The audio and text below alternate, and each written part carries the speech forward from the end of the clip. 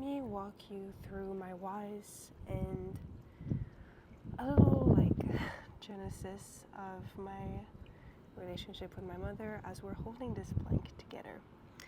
So let's take this weight off our shoulders as we're doing our planks and try to have just a,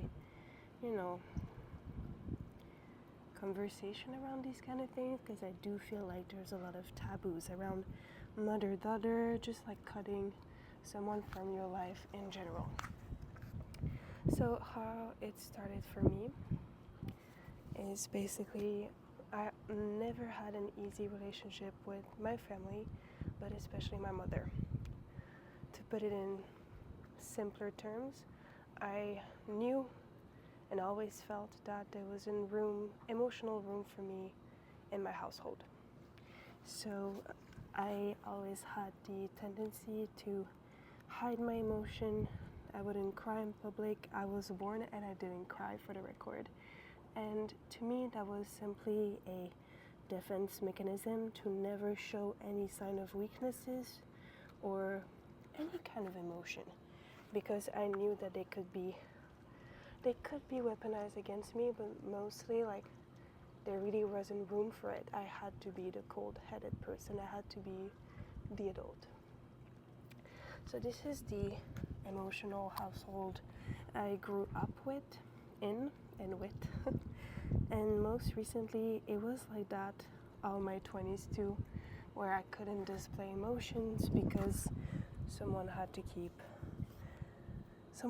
it cool, This year during Easter, I had my mother over with my grandma and brother. My husband was out of town, and my mom, she doesn't like to necessarily, she can, but she doesn't like to make a scene in front of certain individual, and my husband is one of them. She never really acts up violently in front of him, at least not physically. She's not fooling my husband though, because he's like, what the hell is all of this? He is not used to any kind of that kind of pretty obvious abuse.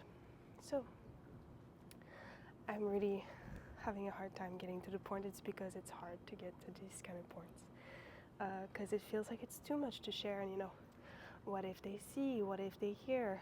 The thing is, my parents don't really speak English, so this is a win for me and the English language. We're all French speaking. So what happened this Easter? My husband was out of town on a business trip. I'm hosting a small, not exactly a dinner, more like, kind of potluck. I am working now, so I don't have time to make any decent food, so it's just something small and casual, just for my really small family. And everybody had brought something. It was really nice, it was sweet, and by the time dinner arrives, I'm asking, we're having some kind of pie, some kind of meat pie, and I'm asking my mother which part does she want of the pie.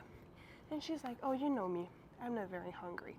And for the record, my mom is one of the smallest person I've ever seen, and part of it is she's always been this way, but also I know that now I know what trauma does to a person, because as a kid I never thought that my mom was skinny or too thin, but now I understand that it's not exactly normal. And so I'm asking her, what size do you want, because she is full after 2 bites, and she's like, I want the smallest. And then I'm like, perfect. I'm about to give her they were all decent parts, but I'm about to give her not the biggest slice, as she requested. So I was hoping to give the biggest one to my brother, because he's 24 and he's big, so he needs to eat more. Then my mother points at the biggest slice of the pie, and she's like, this one is perfect. And I'm like, well, you understand that this is not the smallest, this is in fact the biggest. And she's like, yes, but you know that and I'm like, and you don't have an appetite, you cannot waste the food, which it doesn't, but she would have taken it to go. But I'm like, it has to be my brother's, that's for my brother, period. I don't even need to explain why, it just is. But I know that like low-key she wanted to take it to go after.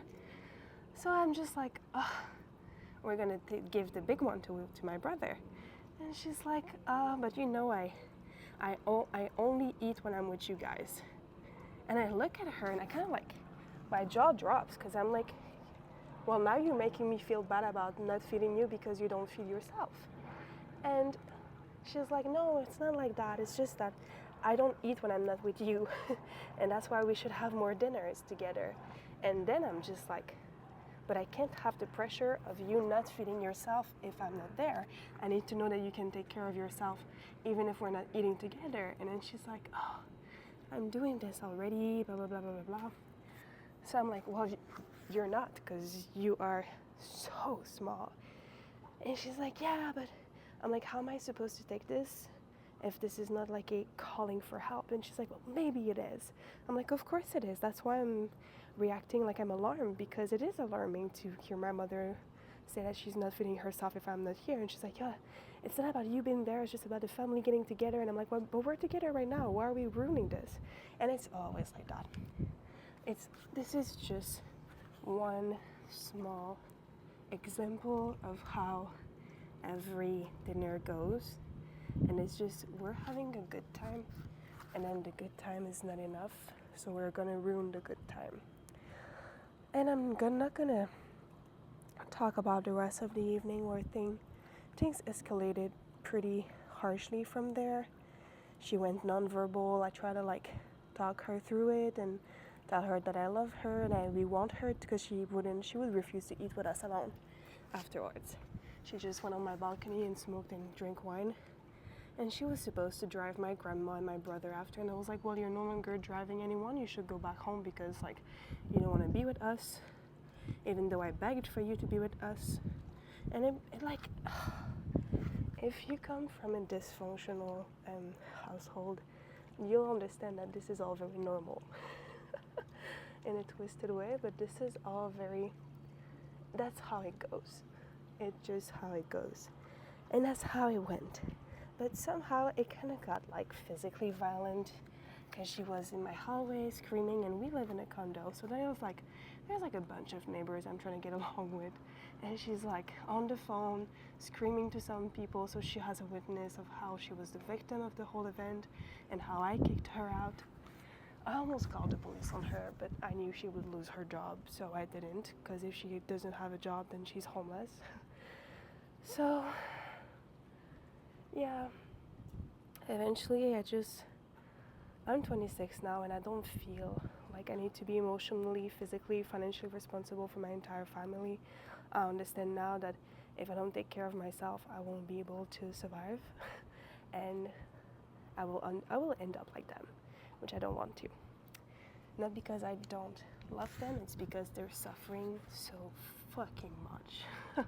And I don't want my life to be about pain, misery, victimhood, and ultimately being the victim of everything, because when you make these decisions, you have these kinds of behaviors, they can't help themselves.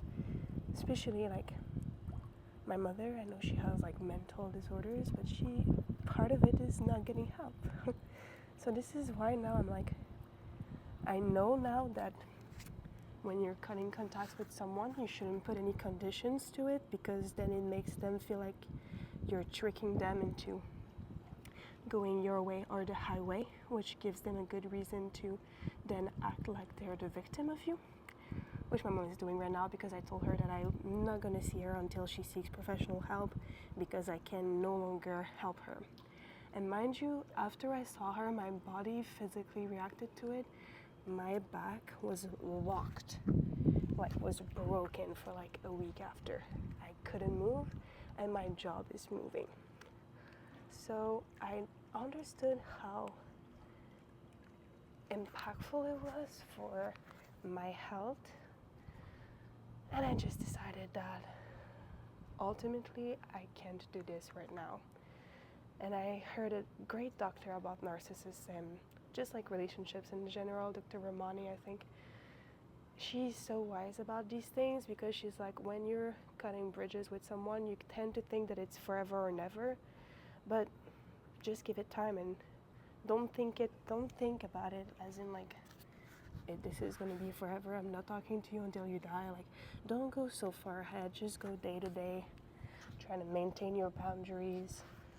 And this is exactly what I'm trying to do right now. But now my mother has sent me a message about how she misses me and she wished things went differently, and how like she's gonna get over the fact that I abuse her so that we can see each other again. And I'm like, in her head, unfortunately, it is real. I really did abuse her. I kicked her out of the house, told her she was not wanted, and that is how she feels. So I can't, in her world, that's how things happened, and I can't fix that, and I won't fix that, because it is not my job to like bring reality back to her.